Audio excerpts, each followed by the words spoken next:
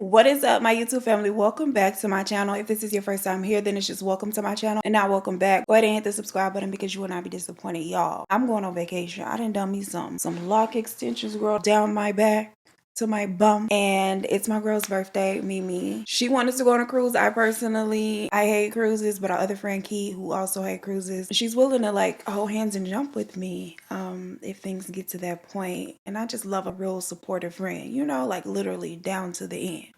It's 5 days, and actually I'm really excited. I feel like the three of us will have fun. Like, we are fun, you know? So I'm sure we'll have a great time. Also, really quickly before I get into today's case, I want to show y'all the last two books. I really took a long break from reading, but I did just read The Perfect Marriage by Geneva Rose. I really did enjoy this book, and I got an attitude because I went to a bookstore. They gave me a flyer advertising the authors that are coming to the bookstore, doing signings and all of that. She will be there on the 26th of April.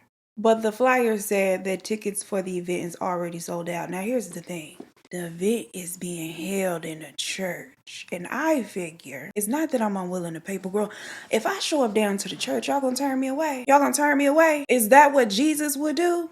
I've been practicing because that's what I'm gonna say. I'm gonna show up. Actually, my friend Mimi, whose birthday we're celebrating, she said she'll go with me. I feel like, girl, y'all can't turn me away. Like, I'll pay at the door. Don't turn me away from the church. And that book signing is for the sequel to this, which was really good. A little tiny bit predictable, I will say. There's another element to the ending that made me okay with knowing like who done it. You know what I mean? Because I felt like, yeah, I knew how it was gonna end. Like, I knew who was behind the thing. It was still an element of surprise that I appreciated, and it did leave me wondering like what happened next. Really excited about that. And also another book by Jason Rekulak. I have Hidden Pictures by him back here. This one was better than Hidden Pictures. I feel like Hidden Pictures is for like teens. You know what I'm saying? You don't like a lot of big words, a little simple plot. You'll like that.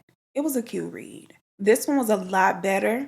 However, I did not like the main character. The dad, who we're getting the story like from his perspective, he was so annoying. I hate when the main character is annoying and wouldn't do any of the things you would do. But I did enjoy this book a lot. This is another one that I read very recently. I almost forgot about this, and I don't know how, because this is my favorite of the ones that I read recently. None of this is true. Y'all, this for me was a page turner. Okay, and I need her to write a sequel if she has not. I gotta see. I'm new to Lisa Jewell, but she has a lot of books, like 20 something that she's written. So I'm definitely going to read more from her. I was a little worried at first. This book sat for weeks before I touched it, just because I saw down to the bottom this little quote by Lucy Foley. Y'all know me and her have an imaginary, one-sided, very delusional beef behind the Paris apartment. It is literally the only book that is on my DNF did not finish. And every time I see her name on the things, I feel away. Talking about gloriously dark, so clever, and completely addictive. She didn't lie, but if I can't trust your judgment on your own writing, girl, how can I trust your opinion? You know what I'm saying? And then on vacation, I am taking The Reformatory. I'm so excited about this. This is a horror novel by a Black author, and I'm very excited. It's gonna get me through the airport. It's such a pretty book. I just went on and purchased it because I've heard great things about it. It's nice and thick, and I'm excited. So I'll let y'all know how I like this one, but I have a really good feeling about it. So yeah, those are my latest reads. And now for what we are here for, let's get into the details of the case we are discussing today. It is another situation of neighbors gone wild. Very curious to know your opinion and your thoughts. Let's get into it. So this couple right here, Robin Wilson and her husband Jerry, they purchased a home in Danville, Virginia that they had seen and loved long before they became owners of the house. And Jerry actually surprised Robin with the purchase of the home for Mother's Day one year, which made it especially special. Baby, you can definitely buy me a little piece of house for Mother's Day. Are the men's buying houses for Mother's Day anymore? That's a great gift. Ecstatic about now owning their dream home, the couple gets to work right away, making it their own, nesting. There are a couple of like construction projects the couple would like to have done with the home. Their children are adults. They've left the home, so it's just them two and their two dogs. And right next door lives another couple who has been there for a long time. This is an older couple, retired contractor Herbert Snipes and his wife Mary, which a contractor living next door when you have some things you want to do to your own house is a dream. Okay, very convenient. The two men talk often about the things that Jerry would like done in his home and potentially doing business with Herbert. Herbert and Mary do not have children of their own, but over time, Jerry becomes somewhat of a son figure to Mary. Now, Jerry calls her moms, but his wife, Robin, she don't call her all of that. She just calls her Miss Mary. She's just a very sweet lady. Whenever he fires up that grill, he is sure to take her a plate over next door. And she's always really kind to the couple. But her husband, however, Herbert Snipes, does not have this same like parental, sweet, nurturing type relationship with the young couple. It's not a bad relationship, but they mostly just discuss like work things. Now, word on the curb, allegedly, is that Herbert is a mean old man, child. The neighbors say he ain't too kind, too nice to anybody. And it is not long before the Wilsons catch a glimpse of what everybody is talking about in regards to Mr. Herbert. And see, Mr. Herbert always seems to have a complaint, and mostly regarding them teetering over onto his side of the property line. He does not like when Jerry cuts the grass past the property line. Jerry would also work on his cars in the driveway, and he did not like that at all either. I feel like he had a right to complain about that because the thing is, the driveway that separates the two homes, the homes are very close together. It's only one driveway that goes to the back of their houses where they have their respective slabs of concrete to park on, right? Jerry was working on his car in the middle of the driveway right between the two homes, and the fumes were getting into the Snipes' home, like going in through their windows and things. And he did not like that, so he would complain. But when Jerry begins working on his cars behind his house on the slab of concrete I mentioned, the complaints did not stop. And now it's not about the fumes. It's about him simply working on his car on the Snipes' property. Hell, according to Herbert, even the property that the Wilsons' home sits on is his property. Like, he tells them their house was built on property that he purchased back in the 70s. So he still has the deed for if anybody has any questions about that, right? Now, unsure if that is true or not, and not wanting to argue if she ain't got the facts, Mrs. Wilson goes down to City Hall to check it out, and that is when she finds out that the people down to City Hall are already very familiar with Herbert Snipes because he has had an ongoing feud with the previous owners about this very same issue. Now, they explained to her that he does not own the property that her house is on, nor does he own the slab of concrete in the back of her house, and print her off the proper paperwork to show that that is the truth. But when she presents this paperwork to Herbert Snipes and explains to him that he does not, in fact, own that property, Herbert says, well, the previous owners must have sold it out from under him somehow. And now the issue is he wants his land back. Because how you just gonna sell my land with your house? You know? Now, like I mentioned, he's already been down to City Hall with this issue. He already knows that that's what they say and what they're going to say if he goes back. So he calls in a city surveyor to come out to the land, determine the boundaries, and settle this dispute once and for all. And this surveyor's appraisal and measurements align completely with the paperwork from City Hall. According to him, the Wilsons are right, and if his deed from the mid-1900s says different, then it's in fact wrong. He's the one that's mistaken. But child, Herbert is not trying to hear all of that, okay? It is not in alignment with what he believes, which is that he owns all of this land between both houses. And he continues to complain to the Wilsons about having things on his property that he don't want on it. Now, his wife Mary, she does attempt to reason with her husband, but over time, it's like he becomes obsessed with the Wilsons, what they're doing, and this property issue. That shouldn't even be an issue because they didn't explain this to you, sir. And now he is going down to the City Hall, complaining to them, accusing them of aiding in this illegal selling of his property to the Wilsons, demanding that they rectify this mistake that they have made. But at every single turn, he is being told that he is mistaken about what property he owned in the first place. It got so bad and he becomes so consumed and obsessed with this property thing and the Wilsons and what they over there doing on it. As y'all, Mary, she becomes fed up with all of the things. She wants no parts of it anymore. It's tiring. It's then got on her nerves. Mama packs up her things and she leaves them. And I just feel like that rarely happens with the spouse of these people that are clearly falling off the deep end in the neighbor stories. Kudos to Mary. Mary was not down with the BS, okay? She packed her things, moved out, and did not look back. Because when he was not down in City Hall or outside terrorizing the neighbors, he was inside complaining to her, venting to her, ranting to her about all of these things. And she couldn't take it, child. And it was just too much. And according to the Wilsons, after Mary left him, things just became way worse. Child, I'd be sitting out on their porch having coffee or tea or just enjoying the weather. Anytime they encountered Herbert Snipes outside of his home, he would stare them down and give them a mean mug and just make it very, very obvious that he don't see it for them. He does not like them at all. And then one day, while he was out mowing his grass, somehow the Wilsons' dogs get away from Jerry. These are two grown pit bulls. Now, the thing is, I know pit bulls get a lot of bad press. I personally know the truth is about how you raise the dog, any dog. Herbert Snipes was always very fearful of dogs. He did not like dogs, didn't see it for him at all. These two dogs get away from Jerry. They're very excited. They run up to him. Jerry is calling them back. He goes up, gets his two dogs, put them back in the house. And although he apologizes to Herbert Snipes, he goes into the house and calls 911 and reports it anyway. But he reports it as a dog attack. And he also reports that Jerry has sicked his dogs on him, told them to attack. When the police come out, does he have any injuries? No, because the dogs had not actually attacked him. They had just run up to him excited, which is what Jerry Wilson explains to the police. And Herbert cannot prove that he was attacked by the dogs because he has no markings of any kind. And so he is unable to get anywhere with law enforcement, which he is not at all happy about. Now, Jerry should have had them dogs on the leash. I understand I'm a pet parent. Sometimes things happen and the girls run off, But come on now, Jerry.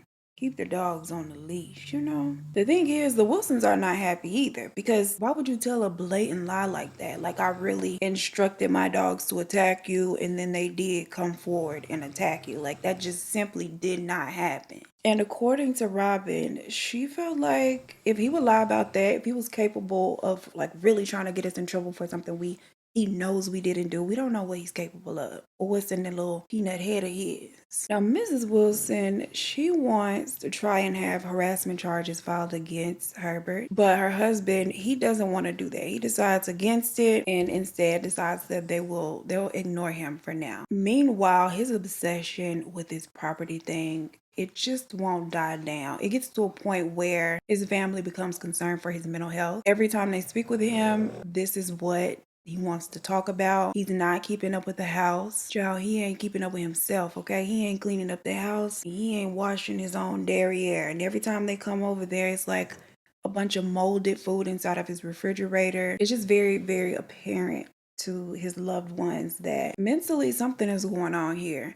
Now, his niece offers him the opportunity to come live with her. She is more than willing to look after her uncle and care for him, but he does not want to leave his house. And according to him, hell, if the city would sell his property right from under him while he is at home in his house, they might sell his whole house from under him if he leaves it. So he does not want to go anywhere. He never wants to be away from home.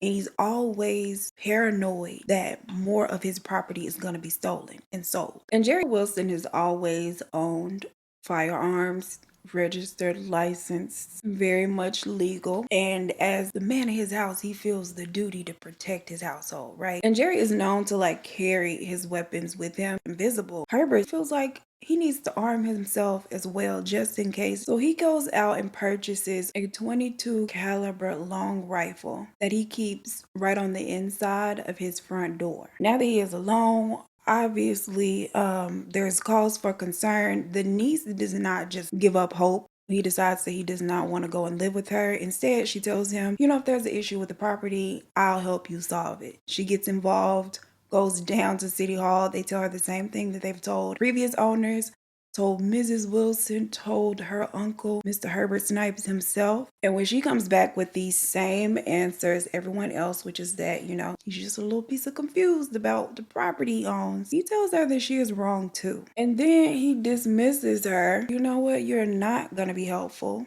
Thank you. And he pens a letter to President Barack Obama because surely the sitting president at the time got time, right? And you're judging him, but he actually receives a reply from the White House. Now, is the letter at the fingertips of President Obama himself? No. But it was addressed from the White House. And in the letter, they state to him that this is a local matter that needed to be settled with City Hall. And he views the fact that he got a response that is giving him direction on how to solve his dispute, as them validating the fact that there is a dispute. Because in his mind, it's like, they wouldn't be telling me this if it wasn't an actual issue. So he takes his letter down to City Hall, showing them, and he's like, see, I told you this was an issue that needed to be resolved. And they're like, sir, it is resolved. Like, the resolution is you dropping the issue because that's not your land. Again, unsatisfied with this answer, he goes to the local police because he tired of playing with y'all. He is done playing with everybody. I'm calling the police, okay? The police tell him that this is a civil matter. There is nothing for them to do about it. And now he's feeling like this is all a conspiracy against him. Everybody is in cahoots, obviously. Now, by this point, everybody has realized that Mr. Herbert Snipes is not quite dealing with a full deck of cards, okay? He missing a couple jokers, girl. Couple spades, couple aces, the essentials. But it becomes crystal clear to everyone that something is wrong when he starts saying that he owned the entire block at one point. And little by little, the city has been selling his property from underneath him all these years. And he has not let up on the Wilsons because he personally dislikes them at this point. So he's constantly calling the police anytime they have guests over and they're being too loud, or if Jerry's working on a car, just any little thing that he could call the police, whether it was a legitimate, valid reason to call or not, is blowing up the 911 hotline. And the Wilsons don't take too kindly to that because they're like, look, the reality of the situation is that we Black, okay? And you calling the police out here every other day is genuinely putting our lives at risk, which is not appreciated, especially when you are lying about the things that you're calling about. And once he gets to calling the police back to back like this, the Wilsons decide that at this point, although this is their dream house, they never wanted to move. If it's a concern of safety, they would rather go ahead and be the ones to move. So they don't, of course, explain this to Herbert. They have no mutuals. They just begin the process of selling and looking for another house. I mean, at this point, he is even getting to the point where the niece that has been trying to help him and that comes over to see about him is becoming fed up with her uncle herself. Herbert is just too much, child, too much. And these conspiracy theories that he is constantly telling are just becoming more outlandish with every telling. And he is just refusing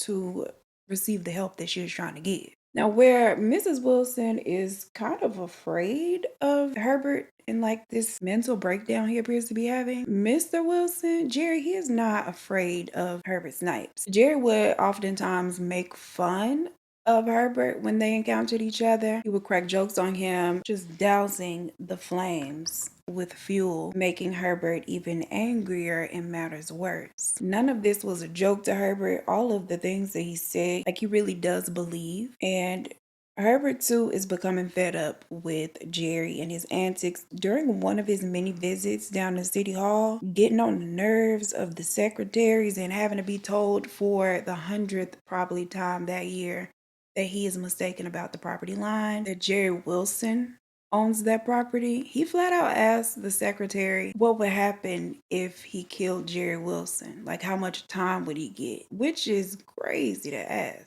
But he does, and she then asks him to leave. The thing is, they knew Jerry for his works. They knew he wasn't wrapped too tight. And so she does not just ignore the incident. She calls the local authorities, makes a report, or attempts to make a report because they tell her that this is not a direct threat, it's an idle threat. And although they do agree and understand that this is very concerning, it's not against the law. And so, yeah, nothing is done about it. And the next thing that Mr. Herbert complains about is his neighbor Jerry standing on that strip of concrete between the two houses, firing his gun in the middle of the night. We talking 1, 2 a.m. Now, the Wilsons maintained that no such event has ever happened, and none of the neighbors around them had ever heard these shots being let off in the middle of the night. But Herbert Snipes has, and he believes that this is Jerry Wilson's way of intimidating him. It's something that he reports to the police, but again, cannot prove. And when they talk to Jerry, he's like, I've done no such thing. I'm a responsible gun owner, and I know that's against the law. I'm not up at 2 a.m.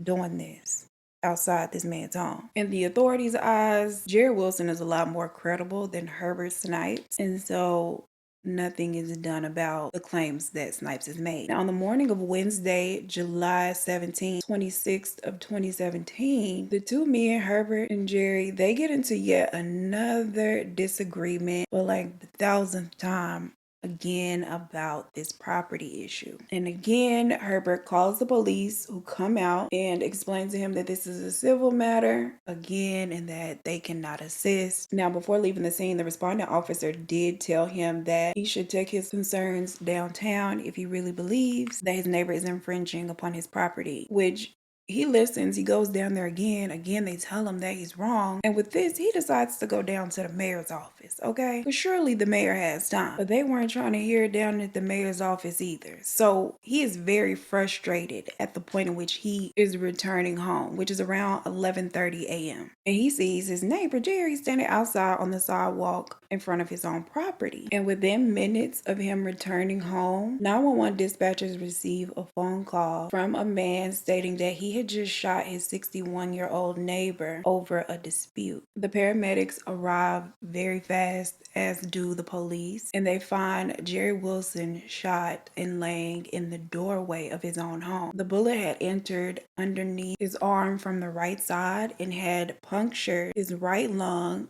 pierced his heart, and had then entered his left lung. And they get to work right away attempting to save him, but their efforts are unsuccessful. 74-year-old Herbert Snipes, who made the phone call, is still on site, and he tells the officers that Jerry's head was his intended target because he did want to kill him. And with that admission, he is arrested and charged with first-degree murder and use of a firearm to commit murder. But Herbert Snipes claims that it was self-defense, and here's why. According to him, he had just come home that day to find Jerry Wilson standing outside of his own home, and when Jerry saw him, he began to taunt him. He started calling him crazy, saying something was mentally wrong with him, just really going in and letting this older man have it. So Herbert said he had gone into his home to grab his rifle that he kept on the inside of the front door to intimidate Jerry. And then Jerry started walking very fast into his own home. He says that he believed wholeheartedly that Jerry was going to get one of the weapons that he knows Jerry owned. And as he reached up to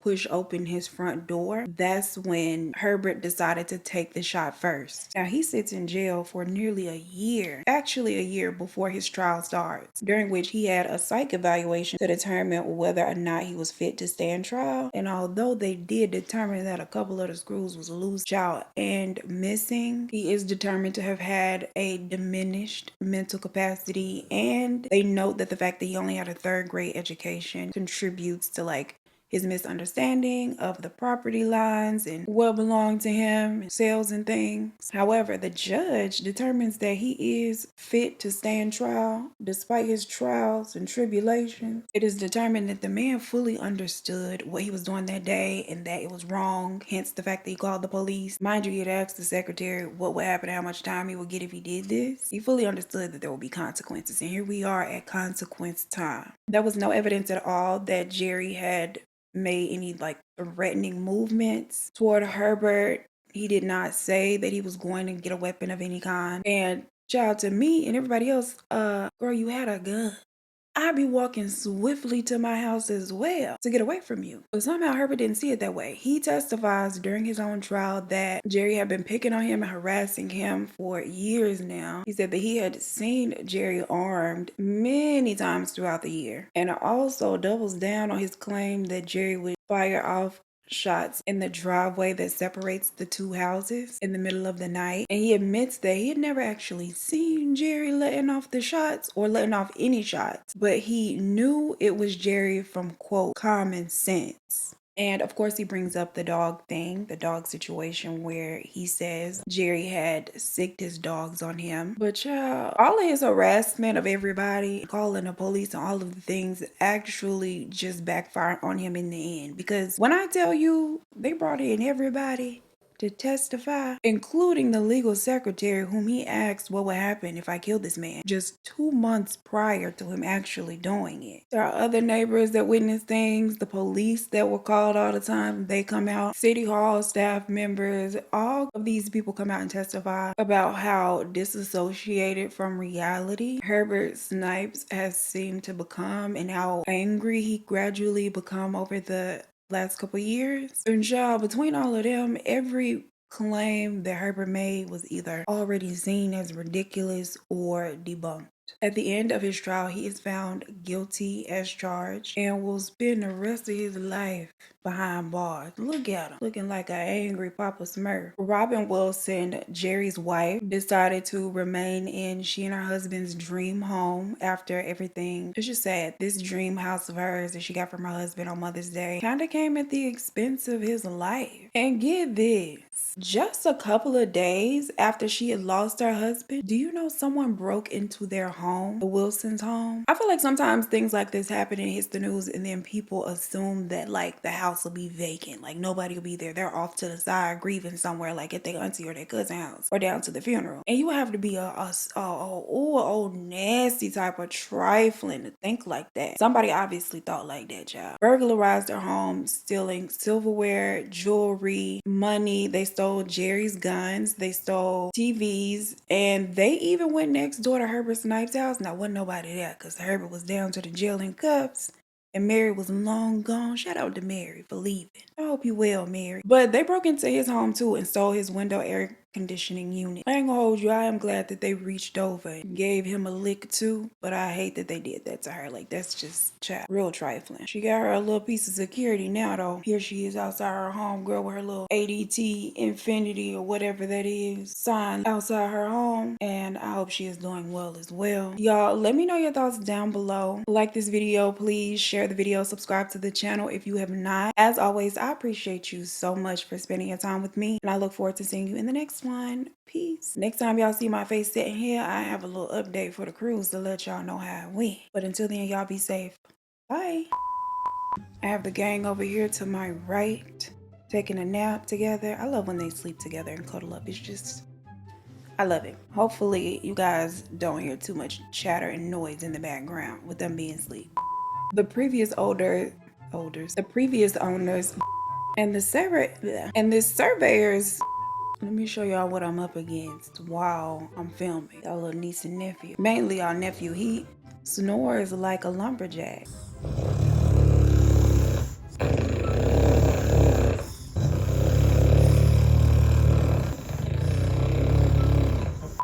Well, one day while he's walking to his, out, so he goes out and purchases a 22 caliber, what?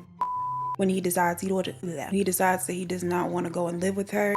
Child, I'm so scared I'm gonna swing my locks, girl, and it's gonna catch that little flame back there.